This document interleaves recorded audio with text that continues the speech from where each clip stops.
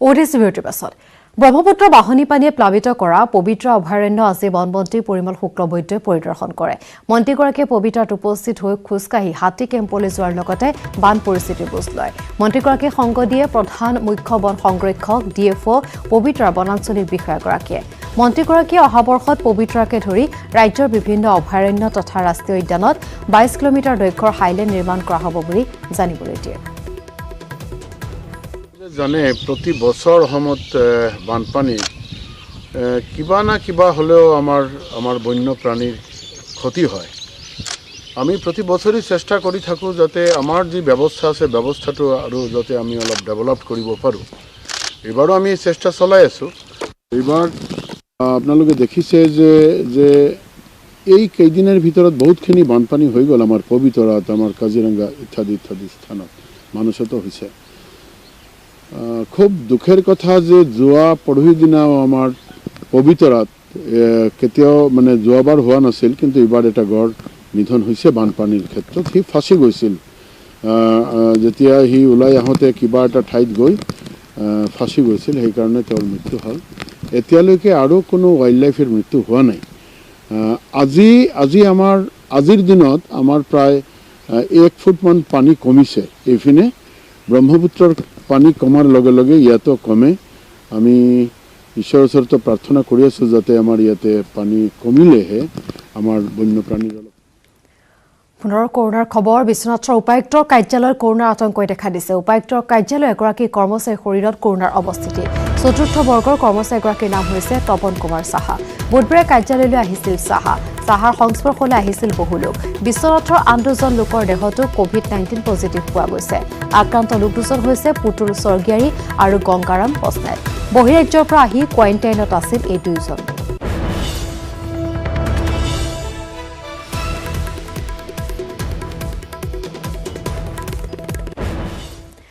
আজিৰ পৰা দেশত আৰম্ভ হ'ল আনলক 2 দেশত কৰোনাই সংহাৰী ৰূপ ধাৰণ কৰাৰ পাছতো পৰ্যায়ক্ৰমে লকডাউন উঠাই দিছে মোদী চৰকাৰে দ্বিতীয় পৰ্যায়ৰ আনলকতো বন্ধ থাকিব শিক্ষানুষ্ঠান জিম বাৰ চিনেমা হল আদি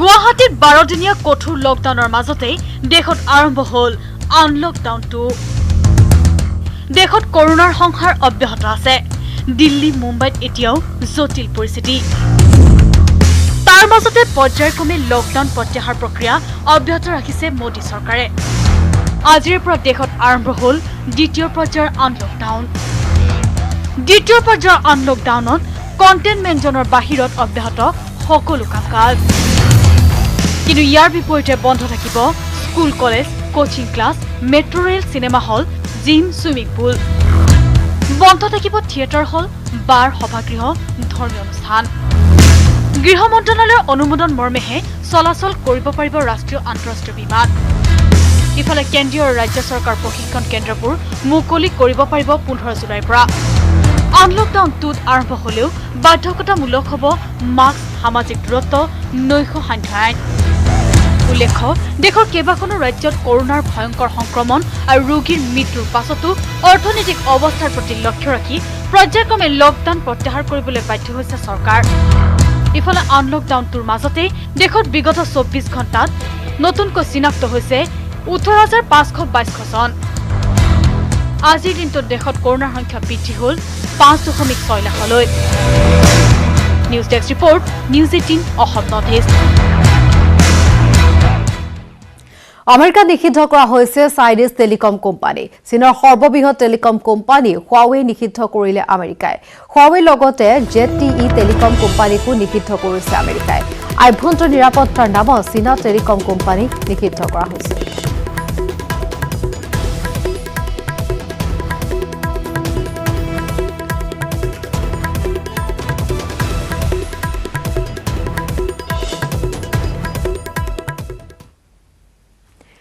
এবাৰ পহু মাংসৰে পাৰ্টিৰ আয়োজন মাংস ৰান্ধি থাকোতে চলিল বন বিভাগৰ অভিযান হাতেলুতে আটক হ'ল 2 যুৱক ঘটনা সংঘটিত হৈছে বৰলুইতৰ পাৰৰ বিহালীৰ ৰাংচালি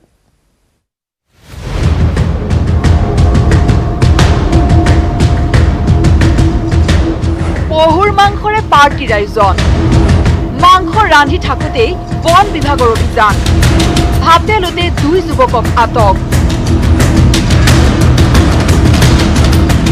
বৰলুইতৰ পাৰৰ বিহালীৰ ৰাংচালিৰ ঘটনা বানে বুঢ়াই পেলোৱা কাজিৰঙাৰ পৰা ওলাই অহা পহু ভক্ষণ কৰি বিপদত এই যুৱক আৰক্ষীৰ সৈতে চলোৱা অভিযানত বন বিভাগে আটক কৰিলে বিশ্বজিৎ বৰুৱা উৰফে টপৌ আৰু অকমান লৰা বৰা উৰফে হলিৰাম নামৰ যুৱক দুজনক পহু হত্যা কৰি তাতে এক বেপাৰৰ প্ৰচেষ্টা চলাইছে কিছু দুষ্কৃতিকাৰীয়ে তো আমি ৰাতি প্ৰায় 9:30 মান বজাত বিশ্বনাথ চাৰিআলিৰ পৰা এটা দলে অভিযান চলাওঁ বিহালী থানাৰ আৰক্ষীৰ লগত গৈ পেলাই আমি ৰাংচালি বিহালীৰ ৰাংচালি গাঁৱৰ অন্তৰ্গত দলনি বুলি এখন ঠাই আছে তাতে আমি এখন ব্যক্তিগত চাহ বাগিচাৰ এটা ফাৰ্ম হাউচত আমি দুজন মানুহ কৰায়ত্ব কৰিবলৈ সক্ষম হৈছোঁ তেওঁলোকে সেই সময়খিনি তেওঁলোকক ৰেড হেণ্ডেডলি কট কৰা হৈছিলে তেওঁলোকে পহু মাংস ভক্ষণ কৰি থকা সময়ত আনবাৰৰ দৰে এই বাৰিষাতো একাংশ দুৰ্বৃত্তৰ টাৰ্গেট হৈছে কাজিৰঙাৰ পৰা ওখ ঠাই বিচাৰি অহা জাকে জাকে পহু নিশাৰ ভাগত দুৰ্বৃত্তই হত্যা কৰে পহু আন্ধাৰতে কাটি কুটি ভাগ বতৰা কৰা পহুৰ মাংস দিনৰ ভাগত কেৰাহীত উঠে বহু ভব্য গব্য লোকৰ বিশ্বনাথ জিলাৰ বহু অঞ্চলত 400ৰ পৰা 600 টকালৈ উঠে পহু মাংসৰ দৰ সেই মাংসৰে ৰাংচালিৰ এখন চাহ বাগিচাৰ ফাৰ্ম হাউচত চলিছিল পাৰ্টিৰ আয়োজন পাছে আৰক্ষীৰ সৈতে বন বিভাগে চলোৱা অভিযানত পানী হৈ গ'ল বিশ্বজিৎ আৰু হলিৰামৰ পাৰ্টি কেৰাহীৰ মাংস কেৰাহীতে থাকিল দুয়ো আলহী হ'ল ৰঙাঘৰৰ বন বিভাগৰ লগতে এতিয়া আৰক্ষীয়ে জেৰা কৰিছে ধৃত বিশ্বজিৎ বৰুৱা আৰু অকমান লৰা বৰাক দুয়োৰে ভাষ্যত পোহৰলৈ অহাৰ সম্ভাৱনা আছে কাজিৰঙাৰ পহুৰ মাংসৰে উদৰ পৰুৱা বিশ্বনাথ জিলাৰ একাংশ ভব্য গব্য লোকৰ নাম বিশ্বনাথৰ পৰা Tushar Hazarika news 18 Assam north east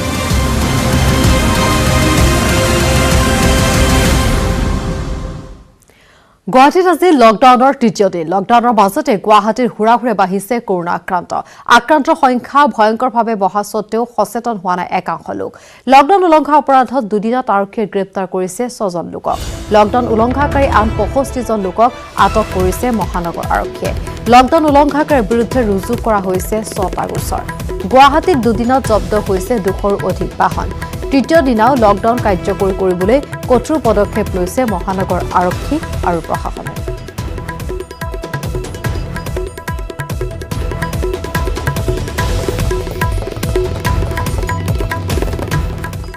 corona ভাইৰাছৰ সংক্ৰমণ দিনে দিনে বৃদ্ধি হৈ থকাৰ পিছতো একাংশ লোক এতিয়াও সজাগ হোৱা নাই কৰোনা প্ৰতিৰোধ কৰাৰ ক্ষেত্ৰত ল'বলগীয়া সাৱধানতা অৱলম্বনত অনিহা এইসকল লোকৰ দৃশ্য ৰঙিয়াৰ ইণ্ডিয়া গেট বজাৰৰ মেলা সদিক ভিৰ এইখন বজাৰ নাই কোনো ছ'চিয়েল ডিষ্টেন্স বহুতৰে মুখত নাই মাস্ক নিপিন্ধাৰ বিভিন্ন অজুহাত লকডাউন ভংগ কৰি গাত গা লগাই বজাৰ কৰিবলৈ ওলাই আহিছে আৰক্ষী দেখিলে পলায়ন কৰে কিন্তু মাৰাত্মক কৰোনা ভাইৰাছক কোনো পধ্যে ভয় নকৰে যদিহে ৰঙিয়াত এইসকল শিক্ষিত লোকৰ মানসিকতা সলনি নহয় তেনেহলে কৰোনা ভাইৰাছৰ গণ সংক্ৰমণ হোৱাৰ আশংকা সচেতন মহলৰ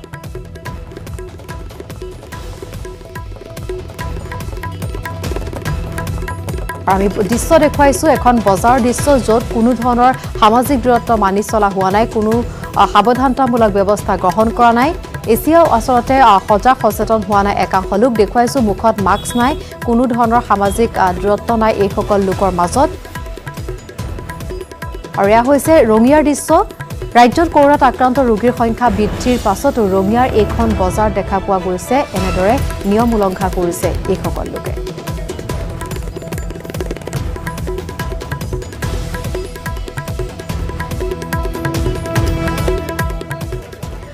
আৰু কিছু সময় পাছতে খানাপাৰাত মুকলি কৰা হ'ব অস্থায়ী কোভিড হস্পিটাল এই হস্পিটালখনত আছে 900খন বিছনা কৰোনা ৰোগীৰ বাবে মুকলি হ'ব এই বিশেষ হস্পিটালখন মহানগৰ কৰোনা সংক্ৰমণ বৃদ্ধি হোৱাৰ বাবে আজি মুকলি কৰা হ'ব হস্পিটালখন স্বাস্থ্যমন্ত্ৰী ডক্টৰ হিমন্ত বিশ্ব শৰ্মাই আৰু কিছু সময়ৰ পাছতে মুকলি কৰিব এই হস্পিটালখন যেটো আমি জনাইছো উদ্বেগজনকভাৱে ৰাজ্যত বৃদ্ধি হৈছে কৰোনা আক্ৰান্ত লোকৰ সংখ্যা গুৱাহাটী মহানগৰীতো বৃদ্ধি হৈছে আক্ৰান্ত লোকৰ সংখ্যা যাৰ পৰিপ্ৰেক্ষিতত পুনৰ এখন নতুন কোভিড হস্পিটাল মুকলিৰ সিদ্ধান্ত লোৱা হৈছে খানাপাৰাত মুকলি কৰা হ'ব অস্থায়ী কোভিড হস্পিটাল এই হস্পিটালখনত আছে 900খন বিছনা কৰোনা ৰোগীৰ বাবে মুকলি হ'ব এই বিশেষ হস্পিটালখন মহানগৰ কৰোনা সংক্ৰমণ বৃদ্ধি হোৱাৰ বাবে আজি মুকলি কৰা হ'ব হস্পিটেলখন আৰু কিছু সময় পিছতে স্বাস্থ্যমন্ত্ৰী ডক্টৰ হিমন্ত বিশ্ব শৰ্মাই মুকলি কৰিব এইখন হস্পিটেল।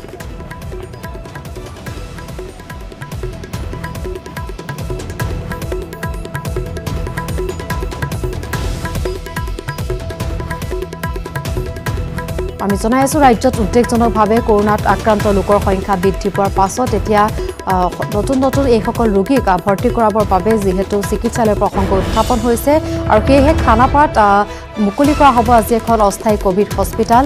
এই হস্পিটেলখনত আছে 900খন বিচনা। কৰোনা ৰোগীৰ বাবে এই বিশেষ হস্পিটেলখন সাজু কৰা হৈছে। মহানগৰ কৰোনা সংক্ৰমণ বৃদ্ধি হোৱাৰ বাবে এই সিদ্ধান্ত গ্ৰহণ কৰা হৈছে।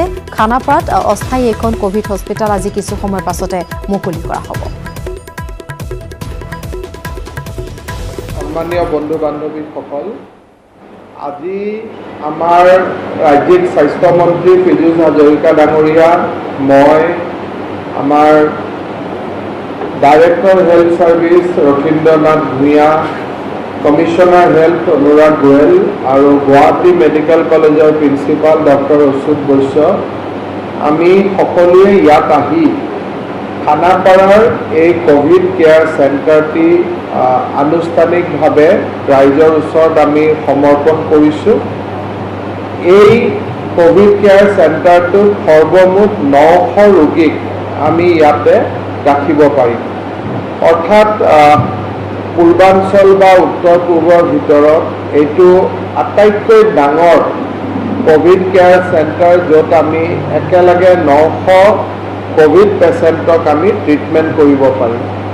ইয়াত আমাৰ অক্সিজেন দিব পৰা ব্যৱস্থাকে আদি কৰি এজন কোভিড ৰোগীয়ে পাব পৰা সকলো ধৰণৰ ব্যৱস্থা ইয়াতে সন্নিৱিষ্ট কৰা হৈছে। এক্সেপ্ট ICU ফেচিলিটি, ইয়াত আন যিমানখিনি সুবিধা লাগে গোটেইখিনি ইয়াতে দিয়া হৈছে। এই গোটেই ব্যৱস্থাটো গুৱাহাটী মেডিকেল কলেজৰ তত্বাৱধানত পৰিচালিত হ'ব আৰু ডাইৰেক্টৰ হেল্থ ছাৰ্ভিচৰ ফালৰ পৰা ইয়াতে যিখিনি ষ্টাফ লাগে সেইখিনি দিয়া হৈছে আৰু বিশেষজ্ঞ চিকিৎসকসকল মেডিকেল কলেজৰ পৰা আহিব। আমাৰ যিসকল পেচেণ্টে ভাবে, মই অলপ আগতে সাংবাদিক মেলতো কৈ আহিছোঁ যে যদি ডিছপ'জেবল পেকেটত ঘৰৰ পৰাও খোৱা বস্তু আনি দিয়ে, আমি পেচেণ্টক খোৱা বস্তু দিব পাৰিম। অৰ্থাৎ কোনোবা পেচেণ্ট থাকিব যোনে আমাৰ ইয়াৰ খোৱা হয়তো ভাল নাপাব, তেওঁলোকে যদি বিচাৰে ডিছপ'জেবল পেকেটত বান্ধি আনি আমাৰ ইয়াৰ ব্যৱস্থাপনাত থকা লোকসকলৰ হাতত দিয়ে, আমি তেওঁলোকৰ বেডত এই খোৱা দিবৰ কাৰণে আমি ব্যৱস্থা ল'ম। ডক্টৰ মিত্ৰ আমাৰ ইয়াত গুৱাহাটী মেডিকেল কলেজৰ তেখেত এছ'চিয়েট প্ৰফেচাৰ, তেখেত এই গোটেই ব্যৱস্থাটোৰ দায়িত্বত থাকিব। আপোনালোকে কেতিয়াবা আহিলে তেখেতকো লগ পাব। আৰু বাকী আমি অক্সিজেন চেচুৱেশ্যন বা যিমানখিনি জানিব লাগে, অনুসন্ধান কৰিব লাগে, চেম্পুল ল'ব লাগে, ইয়াতে আমি চেম্পুল ল'ব পাৰিম ৰোগীসকলৰ। ইয়াতে আমি পজিটিভ হ'লে ইয়াৰ পজিটিভটো নিগেটিভ হোৱাৰ লগে লগে আমি ইয়াৰ পৰাই ডিছচাৰ্জ কৰিব পাৰিম। পৰৱৰ্তী পৰ্যায়ত আমি মণিৰাম দেৱান ট্ৰেড চেণ্টাৰ আৰু প্ৰায় 4টা চৌহদ আমি প্ৰস্তুত কৰি আছোঁ। যদি প্ৰয়োজন হয়, আমি গোটেইখিনিত খা খৰচ কৰিব খোজা নাই, আমি খালি চিনাক্তকৰণ কৰি থৈ দিছোঁ আৰু প্ৰয়োজন হ'লেহে আমি তাতে আগবাঢ়ি যাম। দুদিনৰ ভিতৰতে যাতে আমি কৰিব পাৰোঁ তেনেকৈ ব্যৱস্থা এটা সম্পূৰ্ণ কৰি ৰাখিছোঁ। কিন্তু আমি একো কাম আৰম্ভ কৰি দিয়া নাই, যাতে প্ৰয়োজন নহ'লে আমি নোলোৱাকৈ থাকিব পাৰোঁ। গতিকে আজি এটা আমাৰ কাৰণে বহুত ডাঙৰ সকাহ হ'ল। যোৱা কেইদিন ধৰি আমাৰ কাৰণে বহুত চিন্তাৰ বিষয় হৈ আছিল যে আমি পেচেণ্ট যিটো দ্ৰুতগতিত বাঢ়িছে আমি ক'ত ৰাখিম। আজি এই খানাপাৰা চৌহদটোৱে আমাৰ সেই অভাৱ দূৰীকৰণ কৰিলে। মই আমাৰ সকলোকে ব্যৱস্থাৰ লগত জড়িত আটাইকে ধন্যবাদ আৰু কৃতজ্ঞতা জ্ঞাপন কৰিছোঁ। আপোনালোকৰ যদি কিবা সুধিবলগীয়া আছে সুধিব পাৰে। ইয়াতে সোৱাব ল'বও পাৰিব আৰু টেষ্টটো ইয়াত কৰিব নোৱাৰে। কিন্তু আমাৰ ইয়াতে আমি যিটো ট্ৰুনাটছ মেচিন বুলি কয় সেইটো আমি ইয়াতে দিম আৰু যিটো আমি কিট আমি পৰহিৰ পৰা ব্যৱহাৰ কৰিম সেইটো ইয়াত থাকিব গতিকে এক প্ৰকাৰ পৰহিৰ পৰা ইয়াতে টেষ্টটো ইয়াতে হৈ যাব আমাৰ চিকিৎসক আমি এনেকৈ প্লেন কৰিছোঁ যে এই গোটেই চৌহদটোত খানাপাৰা চৌহদত প্ৰায় 40 জন ইয়াত চিকিৎসক থাকিব আৰু নাৰ্ছ প্ৰায় 150 গৰাকী থাকিব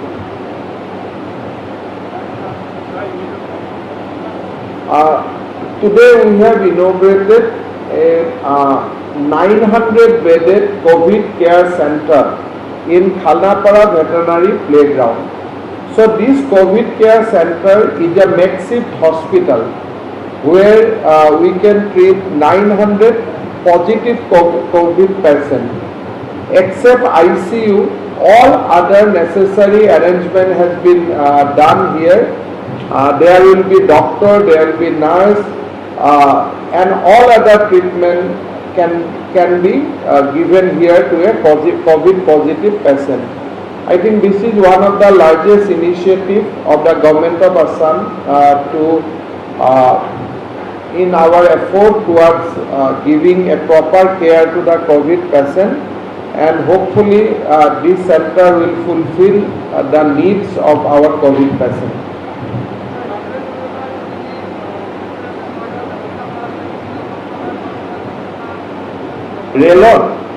ৰেলৰ ব্যৱস্থা এতিয়ালৈকে আমি লোৱা নাই কিন্তু আজি সাংবাদিক মেলতো কোনোবাইতো প্ৰশ্ন উত্থাপন কৰিছিল ৰেলৰ চিকিৎসালয়খন আমি ল'ব গৈ আছোঁ মালিগাঁও ৰেলৱে হস্পিটাল কিন্তু কোচবিলাক বা ৰেলৰ ডবাবিলাক লোৱাৰ কথা এতিয়া আমি চিন্তা কৰা নাই কাৰণ আমাৰ চিকিৎসকসকলে এইটো কৰিব পাৰিব নোৱাৰিব তেওঁলোকে অলপ এছেছ কৰি ল'ব লাগিব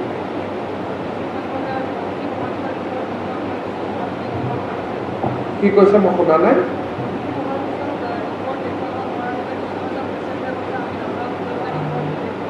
এতিয়াৰ পৰা আমাৰ ৱেবছাইট আজি আমি মুকলি কৰি দিছোঁ নিজৰ SRF নম্বৰটো মাৰি দিলে এতিয়া তেওঁলোকে ৱেবছাইটত নিজৰ ৰিপৰ্টটো পজিটিভ নে কি চাই ল'ব পাৰিব আজিৰ পৰা ৱেবছাইটটো গুৱাহাটীৰ টেলিভিছন চেনেলসমূহত NXM-এ ফ্লেছ কৰি জনাই দিব তাতে তেওঁলোকে SRF নম্বৰটো মাৰি দিলে নিজৰ মোবাইলত যিটো নম্বৰ থাকে OTP লগত আহে সেই নম্বৰটো মাৰি দিলে তেওঁলোকে নিজৰ ৰিজাল্টটো নিজে চাই ল'ব পাৰিব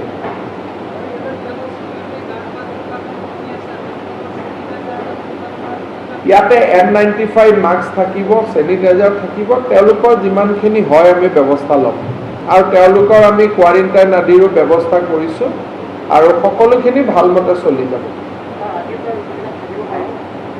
আজি অলৰেডি 50 জন পেচেণ্ট আছে আপুনি হল নম্বৰ 1ত যদি যায় অলৰেডি 50 জন পেচেণ্ট আছে মানে অলপ আধা ঘণ্টা আগত আহি পাইছে যিহেতু আপোনালোকক মই 5টাত মাতিছিলোঁ মোৰ আহোঁতে 5:30 হ'ল 5টা বজাত অলৰেডি 50 জন পেচেণ্ট সোমাইছে আৰু 100 জন পেচেণ্ট আজি ইয়াত আহিব টোটেল আজি ইয়াতে 150 জন পেচেণ্ট আহিব হল নম্বৰ 1ত অলৰেডি 50 জন পেচেণ্ট সোমালে হল নম্বৰ 2ত বাকি কেইজন সোমাব আৰু আজি গুৱাহাটীত যিমান পজিটিভ হ'ব সিম্পটমিক পেচেণ্টখিনিক বাদ দি সিম্পটমিকখিনি মেডিকেল কলেজত যাব বাকি গোটেইখিনি ইয়াত আহিব তাৰমানে 3 দিনত এখন ভৰ্তি হৈ যাব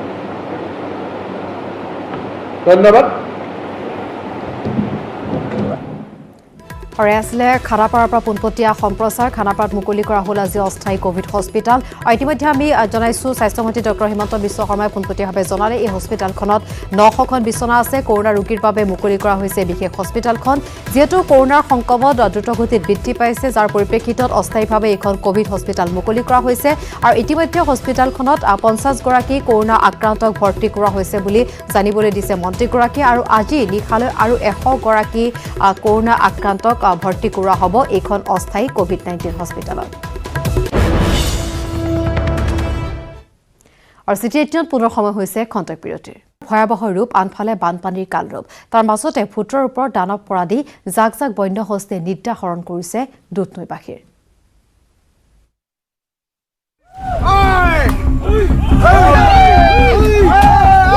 এফালে পোৱালিসহ প্ৰায় 30জনীয়া এটা হাতীৰ জাক, আনফালে হাতত বাঁহ বেত লৈ এজাক মানুহ। চিঞৰি বাখৰি হাতী খেদাৰ চেষ্টা গয়াৰ। কেইবা ঘণ্টাজোৰা এখন যুদ্ধ। এই দৃশ্য দুধনৈৰ। প্ৰায় 30জনীয়া বন্যহস্তীৰ জাকে জনাঞ্চলত প্ৰৱেশ কৰি উপদ্ৰৱ চলায়। মঙলবাৰে নিশা দুধনৈৰ কুশধোৱা অঞ্চলত হাতীৰ জাকটোৱে তছনছ কৰে এখন গাহৰি ফাৰ্ম। কেৱল লণ্ডভণ্ড কৰাই নহয়, হাতীৰ গছকত মৃত্যুমুখত পৰে কেইবাটাও গাহৰি, যাৰ ফলত যথেষ্ট লোকচানৰ সন্মুখীন হৈছে গাহৰি পালক। 30টাৰ ওপৰত 30-35টামান হ'ব। ইমান জাক এটা হাতীৰ মাজত তেওঁলোকেনো কি কৰিব? ওচৰত ফৰেষ্ট অফিচো নাই। হাতীৰ উপদ্ৰৱ কোনো নতুন কথা নহয় বা অকল এটা অঞ্চলতে নহয়। গোৱালপাৰা জিলাৰ বিভিন্ন প্ৰান্তৰ লগতে দুধনৈৰ কেইবাখনো গাঁৱত এতিয়া উৰে নিশা চলে বনৰীয়া হাতীৰ তাণ্ডৱ। মঙলবাৰে নিশাই মাছদাখিলিৰ বাৰীগাঁও আৰু পাহিদল গাঁৱতো 5জনীয়া হাতীৰ এটা জাকে সন্ত্ৰাসৰ সৃষ্টি কৰে। আৰু এনেদৰে নিতৌ বিনিদ্ৰ ৰজনী কটাব লগা হৈছে ৰাইজে। ইফালে হাতীৰ জাকটোৱে যে কেৱল নিশাই বনাঞ্চলৰ পৰা ওলাই আহে তেনেকুৱা নহয়। দিনৰ পোহৰতো বনাঞ্চল এৰি জনাঞ্চলত মুক্ত বিচৰণ কৰে হাতীৰ জাকে। এফালে কৰোণাৰ আতংক, বানপানীৰ বিভীষিকা, তাৰ মাজতে আকৌ বন্যহস্তীৰ উপদ্ৰৱ। মুঠতে কেওফালৰ পৰা সমস্যাই জুমুৰি দি ধৰাত অসহায় হৈ পৰিছে সাধাৰণ লোক। দুধনৈৰ পৰা Arup Nath, news 18 Assam north east.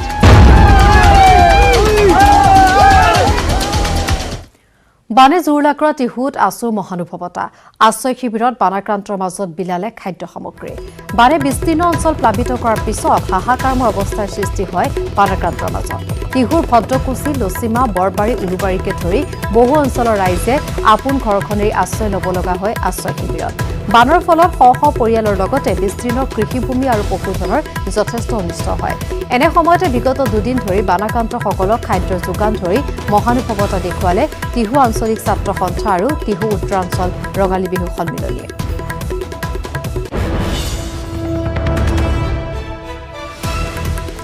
গাইনে ধেমাজিৰ বৰধামত কেইদিনমানৰ আগতে মথাউৰি ছিঙি নিয়াৰ পিছত বালিজানত ভয়াৱহ খহনীয়াৰ সৃষ্টি কৰি ঘৰবাৰী এৰিবলৈ বাধ্য কৰাইছে 28টাকৈ পৰিয়ালক।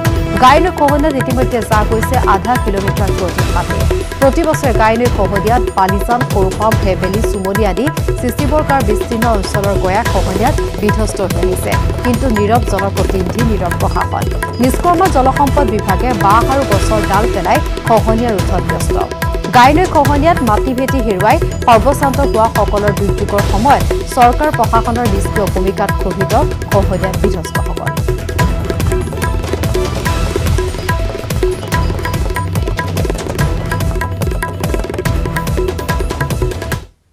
মাটি বাৰী নিয়ে মাটি খহাই বাৰী লৈ গৈছে। তাৰপিছত ধৰক আপোনাৰ তাৰপৰা এনেকৈ এটা ঘৰ উঠিবলগীয়া হৈছে, পকা ঘৰ নিছে কিছুমানৰ। ইয়াত কিমানটামান পৰিয়াল গ'ল এতিয়া? এইফালৰ পৰা গৈছে 200, সেইফালৰ পৰা গৈছে 7 ঘৰমান, টোটেল 7 ঘৰ 8 ঘৰমান গৈছে মানুহ। এইবাৰ যাবলগীয়া হৈ আছে, এইবাৰ যোৱাৰ কাৰণে যাবলগীয়া পৰিছে। এটা বাৰী মাটি নিলে, বাঁহ নিলে, এতিয়া মানুহ থাকিব ঠান নাই। মাটিবিলাক যে আছিল, খেতি মাটিবিলাকতো নিলে এইবাৰ। কিমান খেতি মাটি হৈ বাৰীখন যে দেখিছে, সেই বাৰীখনলৈকে আছিলে আমাৰ খেতি মাটি। বাৰী মাটি এতিয়ালৈকে এইফালে 7 ঘৰমান হেৱাইছে। এতিয়া উঠি যোৱাটো ভাবিছোঁ, নহ'লে পানী এনেকৈ যদি খহাই থাকে আমি থাকিম নকয়, তেতিয়াতো যাবই লাগিব। এতিয়া বস্তু পাতিটো উলিয়াই থৈছোঁ, খালি মানুহখিনি যাবৰ কাৰণে আছোঁ। 3 বছৰ 4 বছৰ আগৰ পৰা গোটেই খানীটো খেতি বাতি পথাৰটো নাই, আগতে নিলে। এতিয়া আকৌ এইবাৰ আকৌ আগত ধৰিলেহি আহে। এইবাৰতো আৰু ৰূপটো বেয়া লৈছে। এখন দিলেতো ইয়াত আপুনি শুব নোৱাৰে, বেলেগ ধমধমনি হয় ৰাতি। বংকান নাই, গাঁৱৰ মানুহ চব একেবাৰতে বহি থাকিবলগীয়া হয়। এতিয়া চৰকাৰৰ মানুহটো নাহে, এতিয়া যেতিয়া পানী শুকায় তেতিয়াহে আহে, তাৰ গছত নাহে। এবিচি কেলেংকাৰীৰ মূল খলনায়ক ৰাকেশ পালৰ 1.5 কোটি টকাৰ সম্পত্তি বাজেয়াপ্ত। ইডিয়ে জব্দ কৰিলে ৰাকেশ পালৰ সম্পত্তি। ৰাকেশ পালৰ 7টা অস্থাৱৰ সম্পত্তি জব্দ কৰা হৈছে। চিল কৰি দিয়া হৈছে গুৱাহাটীৰ গুৰুত্বপূৰ্ণ অঞ্চলৰ 2টা ফ্লেট। ভঙাগড়ত থকা ব্যৱসায়িক প্ৰতিষ্ঠানো বাজেয়াপ্ত। ইডিয়ে জব্দ কৰিছে নগদ 10 লাখ।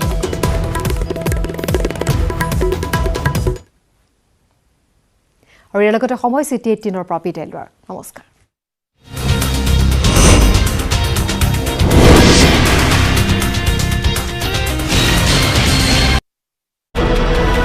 I-20